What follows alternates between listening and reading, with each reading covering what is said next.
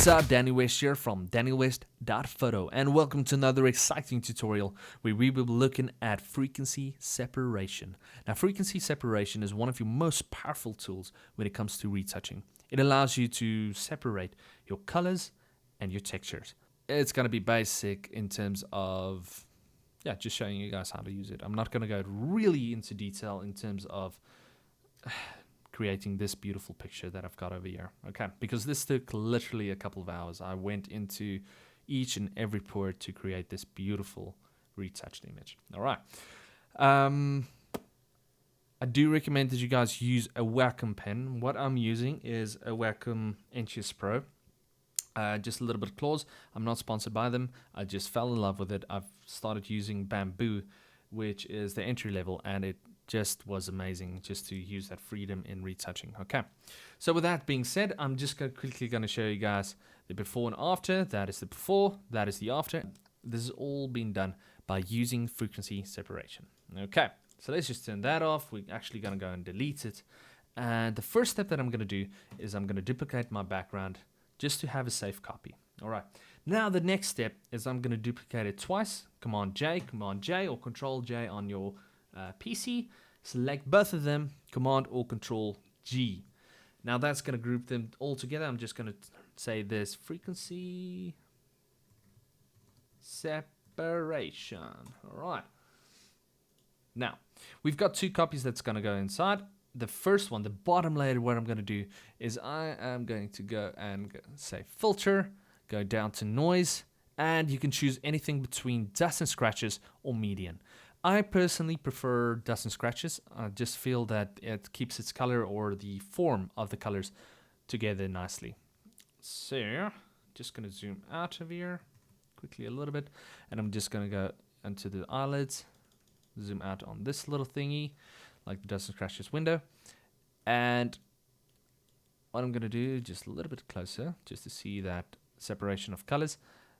And all I'm looking for is a nice blend between the highlights and the lowlights. And I think we've got this pretty good at 73. All right. Just a FYI, this is absolutely photograph dependent. My values will be completely different than yours, or because, I mean, every photo is different. Okay. So I'm just going to say okay, because that looks good to me. And what it's doing is quickly applying this dust and scratches to my image, my bottom layer. So separating the color with the textures. And that is exactly what we want. All right. So as soon as that's done, I'm just going to show you guys. So what it's done is it's made a beautiful blend between colors, highlights, lowlights, and all the textures is out. And that's exactly what we want. Now, I'm just going to say this as being my low separation. All right. And then layer one, I'm just going to go to image. I'm going to go apply image.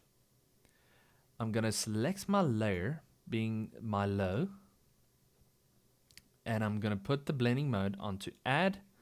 My opacity is going to be 100. My scale is going to be 2, very, very important. And my offset is going to be 0. Okay.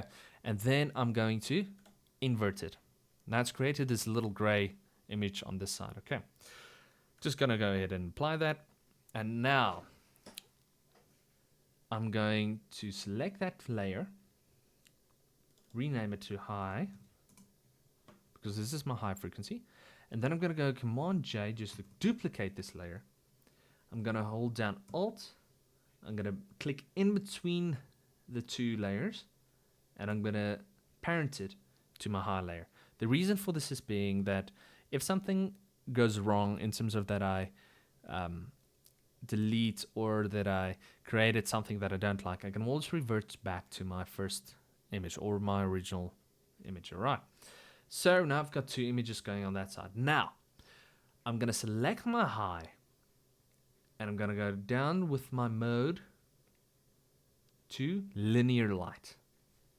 And there we go. Now I've actually separated my textures from my colors. Just put that on and off, and you can't really see a big difference. What's happening there is putting a little bit of darkness into my blacks and a little bit of highlights into my highlights. But that you can always do a little bit later in terms of your contrast and all that. Okay. And now I can go ahead and select my high copy, and just go with my healing brush tool, press Alt quite closely towards one of the areas that I want to duplicate, and just go ahead and paint that over.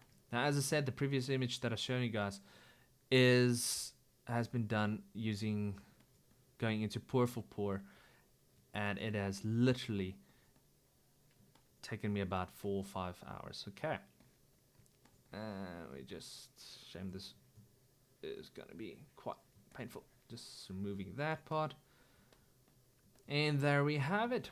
That is frequency separation. Now what I've done over there is I've actually gone and removed those 2 little spots over there. Now there's a lot more spots that we can go into and just quickly take out, but I'm not going to bore you guys watching me going into pour for pour and retouching this image. Alright, so there you have it. That is frequency separation. And obviously there's a lot more that goes into skin retouching and any other type of retouching, but this is the first step into doing a proper retouching, having your colors and your textures being split. Alright, I do hope that you guys enjoyed this little tutorial, and if you did, please share the love, share the video, subscribe to my videos. Alright, have a good one.